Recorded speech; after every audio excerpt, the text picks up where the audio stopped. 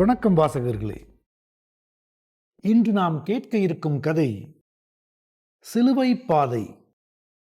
கமலதேவி அவர்கள் எழுதியிருக்கும் சிறுகதை.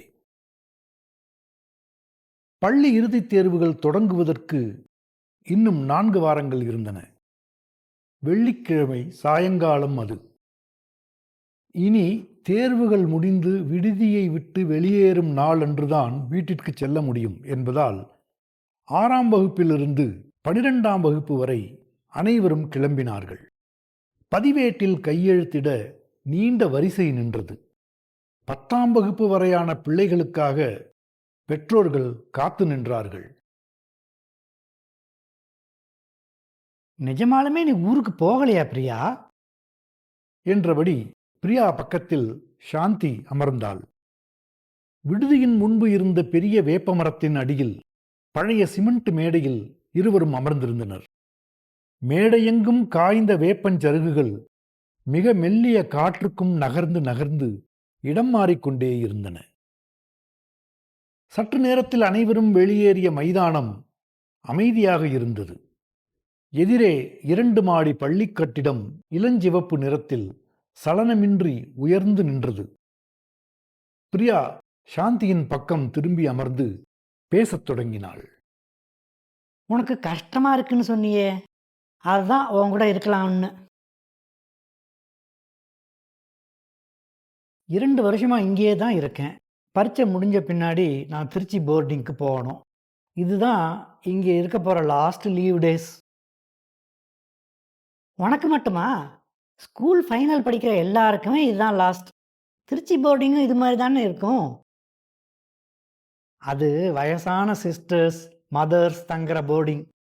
இனிமே அங்கே தான் படிக்கிறதுக்காக இங்கே அனுப்பினாங்க.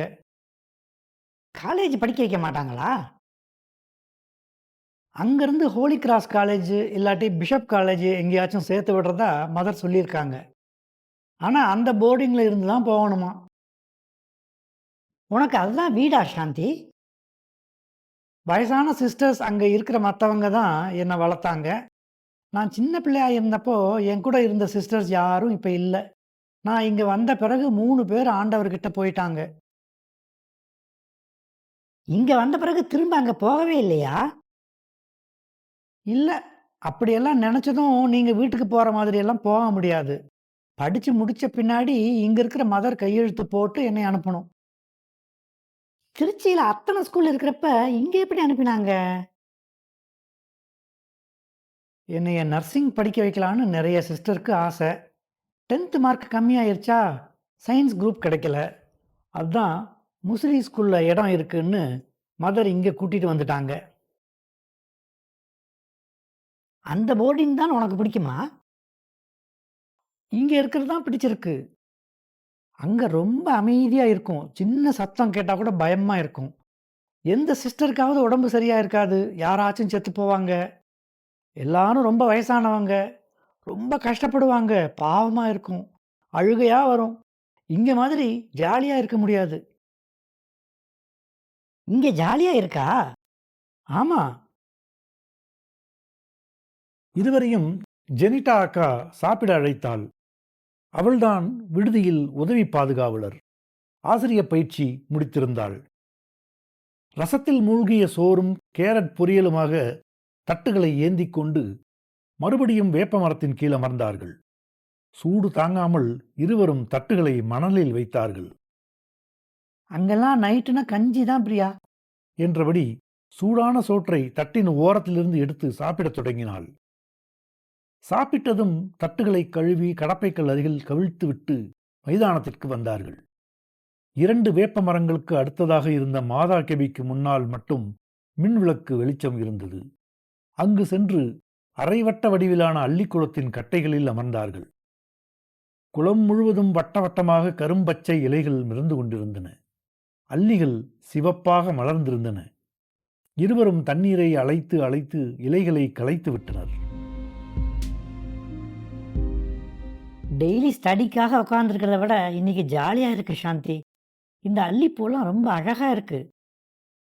ஆமாம், லீவ் டேஸில் இருக்கும்போது இங்கே தனியாக சுற்றிக்கிட்டு இருப்பேன். உறங்குவதற்காக ஜெனிட்டா அக்கா அழைத்தாள். முதல் தளத்தில் இருந்த 12ஆம் வகுப்பிற்கான நீண்ட அறையிலிருந்து தங்களின் போர்வை தலையணைகளை எடுத்துக்கொண்டு ஓடி வந்தார்கள். ஜெனிட்டா அக்காவின் அறைக்கு பக்கத்திலுள்ள வழிபாட்டு அறையில் இயேசு திருவுருவத்தின் காலடிகளில் போர்வையை விரித்து படுத்துக் கொண்டார்கள். ஜன்னலின் வழியே வானத்தை பார்த்தபடி கால்களை ஆட்டிக்கொண்டு பேசிக்கொண்டே இருந்தார்கள். சாந்தே, சர்ச்சுக்கு போகணும்ல, எழுந்துரு! ஜெனிட்டா அக்காவின் குரல் கேட்டு பிரியா முதலில் எழுந்தாள். பாதி கட்டிய புடவையை இழுத்து பிடித்தபடி தலைக்கு மேல் நின்றிருந்தாள். நானும் வரேன்க்கா என்று எழுந்து உட்கார்ந்தாள். ஜெனிட்டா அக்கா தலையாட்டி விட்டு தன் சேலை மடிப்பை பிடித்துக் கொள்ளச் சொன்னாள். பிரியா உட்கார்ந்தபடியே பிடித்துக் கொண்டாள். ஜெனிட்டா அக்கா ஆரஞ்சு வண்ண புடவையில் அழகாக இருந்தாள். முடியை விரித்து விட்டிருந்தாள். பிரியா, சீக்கிரம் கிளம்பணும் என்று கூறிய சாந்தி உற்சாகமாக எழுந்து இருவரின் போர்வை தலையணைகளை மடித்து வைத்தாள். இருவரும் கழிவறைக்கு ஓடிச் சென்று திரும்பி விடுதி முன்பிருந்த குழாயில் முகத்தை கழுவிக் கொண்டார்கள். பெட்டிகள் இருக்கும் முதல் தளத்திற்கு படிகளில் தாவி ஏறினார்கள். பிரியா, நீ உன்னோட ப்ளூஸ் கட்டையும் டாப்பையும் போட்டுக்க, எனக்கு அதுதான் பிடிக்கும். கோயிலுக்கு போறோம், குட்டி பாவாடையா போடுறது?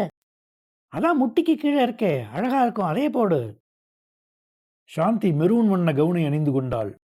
சாந்திக்கு நீண்டு அடர்ந்த முடி. நீண்ட பின்னலின் நுனியை சுருட்டி சுருட்டி சடையை சிறியதாக்கி கருப்பு பேண்டை சுற்றி முதுகு வரை தொங்கவிட்டாள்.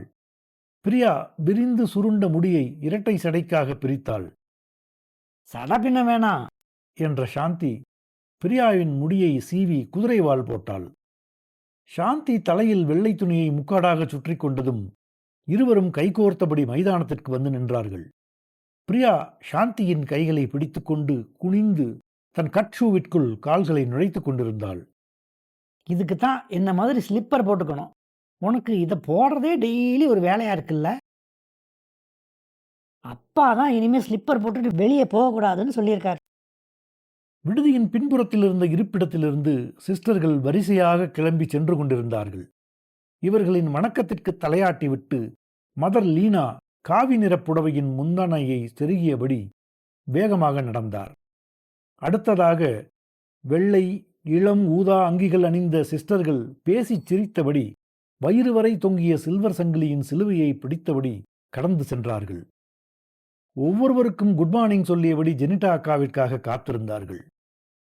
காவி புடவையில் வேகமாக நடந்து வந்த ஜூலி சிஸ்டர் மட்டும் நின்று, என்ன குமரிங்களா, அழகா கிளம்பியிருக்கீங்களே, நீங்க என்ன கேட்டாலும் ஜீசஸ் கொடுப்பார் என்று சிரித்துவிட்டு சென்றார். இருவரும் ஒருவரை ஒருவர் பார்த்து சிரித்து கொண்டார்கள்.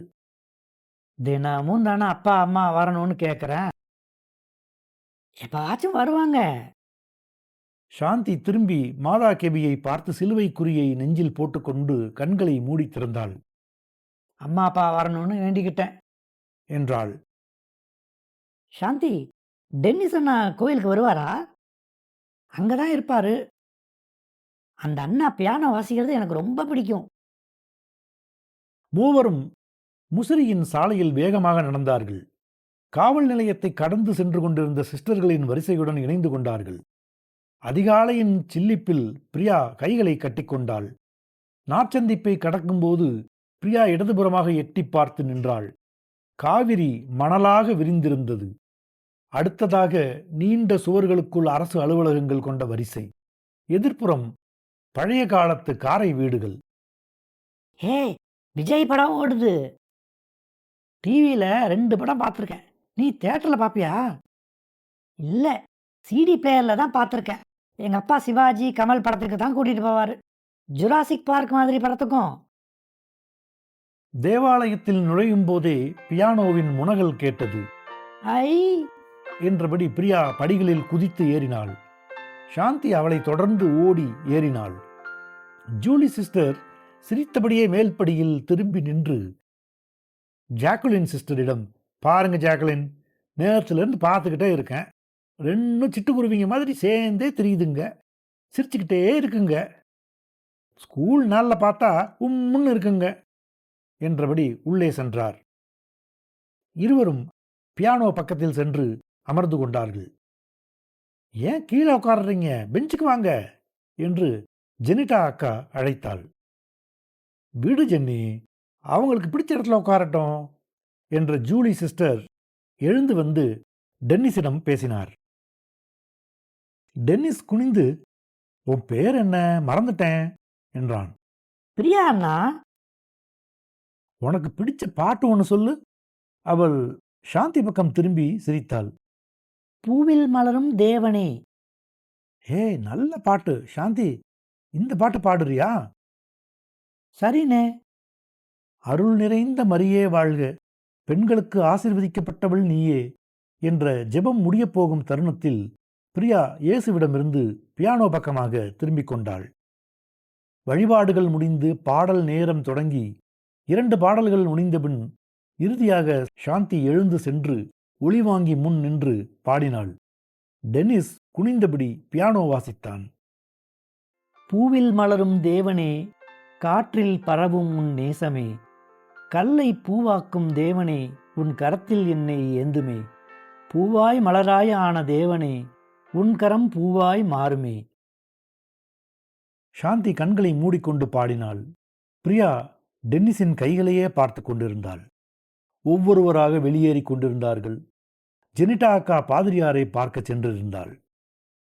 கூட்டத்திலிருந்து ஒரு பெரியவர் மெதுவாக நடந்து வந்து, டென்னிஸ், இந்த பையில் இருக்கிற சட்டை பேண்ட்ல உனக்கு ஒத்து வர்ற சைஸை எடுத்துக்க, மிச்சத்தை நாளைக்கு கொடு என்று கொடுத்தார். அவன் குனிந்தபடி வாங்கி கொண்டு, தேங்க்ஸ் அங்கிள் என்றான். அவர் அங்கிருந்து சென்றபின், அண்ணா, எங்க வீட்லையும் இப்படித்தான். அத்தை, மாமா, பெரியம்மா வீட்டில் பிள்ளைகளுக்கு பத்தாத சட்டையெல்லாம் மாற்றி மாற்றி போட்டுப்போம் என்றாள். அவள் பேசுவது வரை அமைதியாக நின்ற ஜூலி சிஸ்டர் பிரியாவின் தலையில் கை வைத்து சிரித்தார். பிரியா, நீ எந்த ஸ்டாண்டர்ட் படிக்கிற? +2ண்ணா. நான் தான் இவளோட class teacher, pure science group. Pure science ரொம்ப கஷ்டம் சிஸ்டர், அதுக்கு மேத்ஸ் குரூப்பே ஓகே தான். சிஸ்டர் சிரித்தபடி அவன் தலையை நீவி விட்டார். நீ பியானோ வாசிக்கிறியா பிரியா? எனக்கு வாசிக்க தெரியாதுண்ணா. இங்க வந்து உட்காரு என்று சற்று உயரமான மரபீடத்திலிருந்து நகர்ந்து நின்றான். டென்னிஸ், ஃபைனல் இயர் எக்ஸாம்ஸ் முடிஞ்சிருச்சுல்ல, அடுத்ததா நீ எங்க போகணும்? சென்னைக்கு சிஸ்டர். எப்போ கிளம்புற? டிசி மார்க் ஷீட் வாங்கின பிறகு போலான்னு ஃபாதர் சொன்னாரு. ஜூன் லாஸ்ட்ல கிளம்பிடுவேன் சிஸ்டர். இனிமே நீ முசிறி வரைக்கும் வரதுக்கான வேலை இல்லை தானே? டென்னிஸின் முகம் கூம்பியது. எவ்வளவு பெரிய சர்ச்சா இருந்தாலும் நீ தயக்கமில்லாம பியானோ வாசிக்க முன்னால போகணும். நீ கை வச்சா பியானோல கர்த்தர் எழுந்து வருவாரு.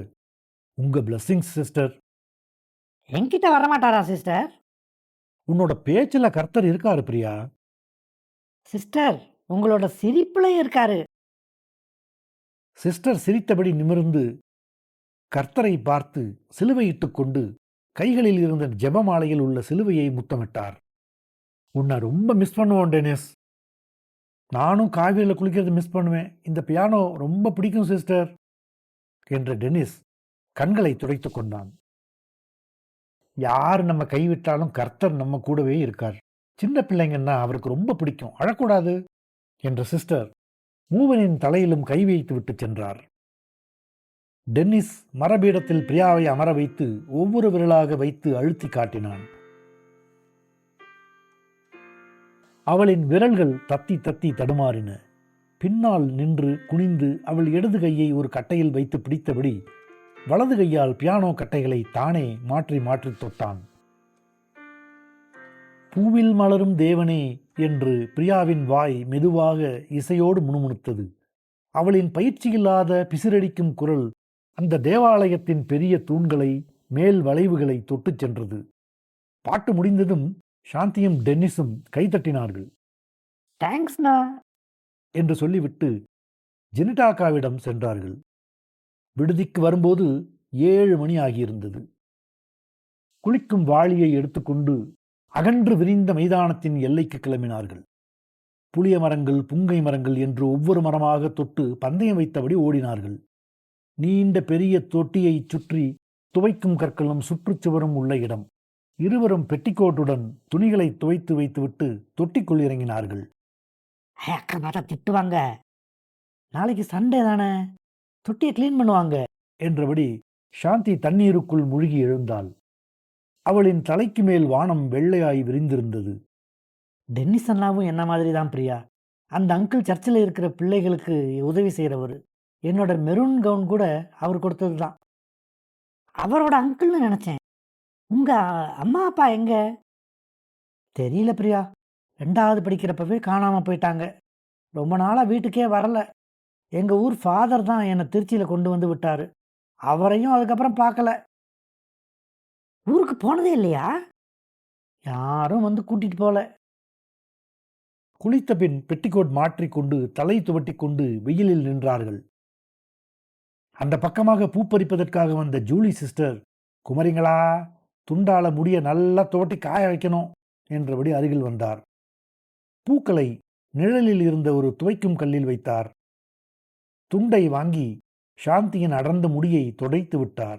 பிரியாவின் பெட்டிக்கோட் ஹூக்கை மாட்டி சரி செய்தார்.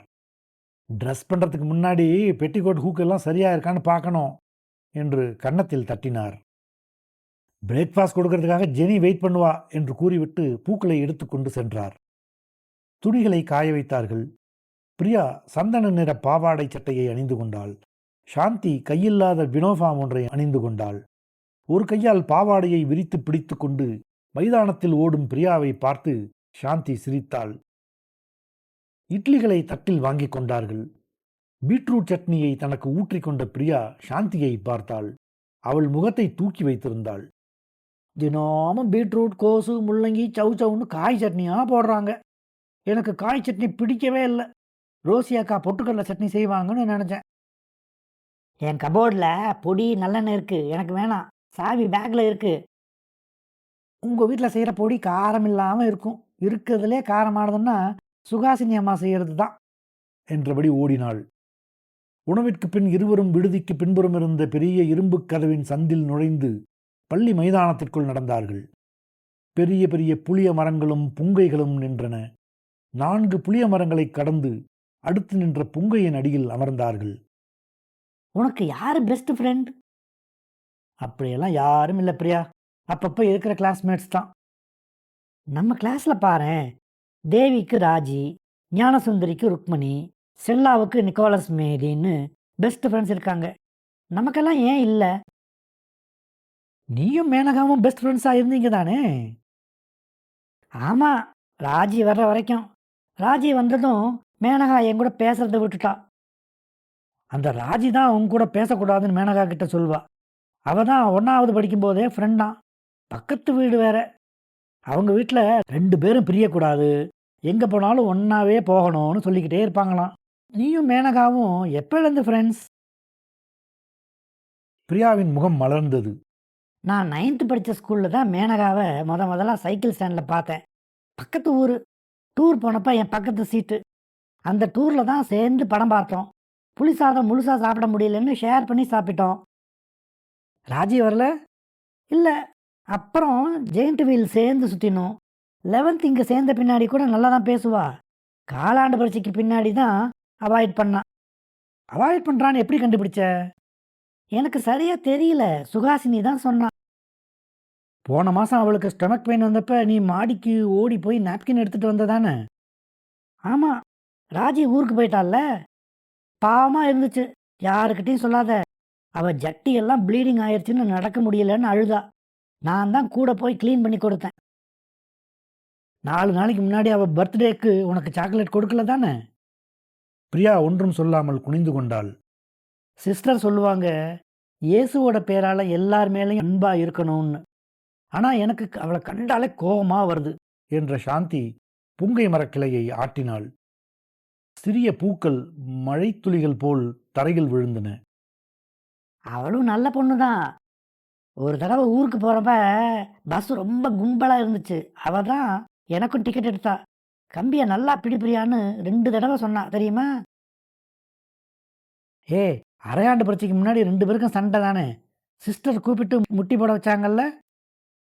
அன்னைக்கு அவளோட பக்கெட்டில் தண்ணி பிடிச்சேன்னு கீழே ஊற்றிட்டா. நான் அவள் கோலையை தூக்கி சோத்தில் வீசிட்டு வந்துட்டேன். அதான் எல்லாருக்குமே தெரியும். ஆமாம், சிஸ்டர் அப்பா கிட்ட சொல்லிட்டாங்க. அப்பா திட்டினாரா? இல்லை, சிரிச்சாரு. மேனகாவை ரொம்ப பிடிக்குமான்னு கேட்டாரு. அப்படின்னா அவளை தொந்தரவு பண்ணாதன்னு சொன்னாரு. ம். அவ பேசாம இருக்கிறது கோவமா வருது சாந்தி. எங்க வீட்ல நிறைய பேரு தினமும் கூட ஏதாவது சண்டை வரும், திட்டுவாங்க. ஆனா யாரும் பேசாம இருக்க மாட்டோம். இவ தான் முதல்ல என்னைய அவாய்ட் பண்றா. என்றபடி கண்களை துடைத்து கொண்டாள். ஐயா பப்பி ஷேம். ஹையர் செகண்டரி முடிக்க போற. ஒருத்தர் பேசலன்னா விட்டுட்டு போவியா? இன்னும் 3 மாசத்துல காலேஜ் போணும். அதான் இனிமே காலேஜ் போனா எனக்குன்னு பெஸ்ட்டுன்னு யாரும் வேணான்னு முடிவு பண்ணிட்டேன். சூப்பர். நானெல்லாம் எப்பவுமே அப்படிதான் நினைச்சுப்பேன். அழுகுறதெல்லாம் எனக்கு பிடிக்காது. நான் உனக்கு ஒரு சர்ப்ரைஸ் தரேன் வா. விடுதிக்கு நடந்தார்கள். மைதானம் முழுவதும் வெயில் நிரம்பி இருந்தது. சாந்தி பிரியாவின் ஆட்டோகிராஃப் நோட்டை எடுத்து வந்தாள். வழிபாட்டு அறையில் காலையில் மடித்து வைத்திருந்த போர்வைகளை விரித்து படுத்துக் கொண்டார்கள். நான் உனக்கு ஆட்டோகிராஃப் எழுதுறேன். பரீட்சை எல்லாம் முடிஞ்சு வீட்டுக்கு போய் தான் படிக்கணும். ப்ராமிஸா? ப்ராமிஸ். அவள் அமர்ந்து எழுதத் தொடங்கினாள். இவள் படுத்துக்கொண்டாள். கண் முன்னால் அந்தரத்தில் சிலுவையில் தொங்கும் இயேசுவை பார்த்தபடி காலாட்டிக் கொண்டு படுத்திருந்தாள். சாந்தி இடையிடையே எட்டி பார்த்து சிரித்தபடி எழுதி கொண்டிருந்தாள்.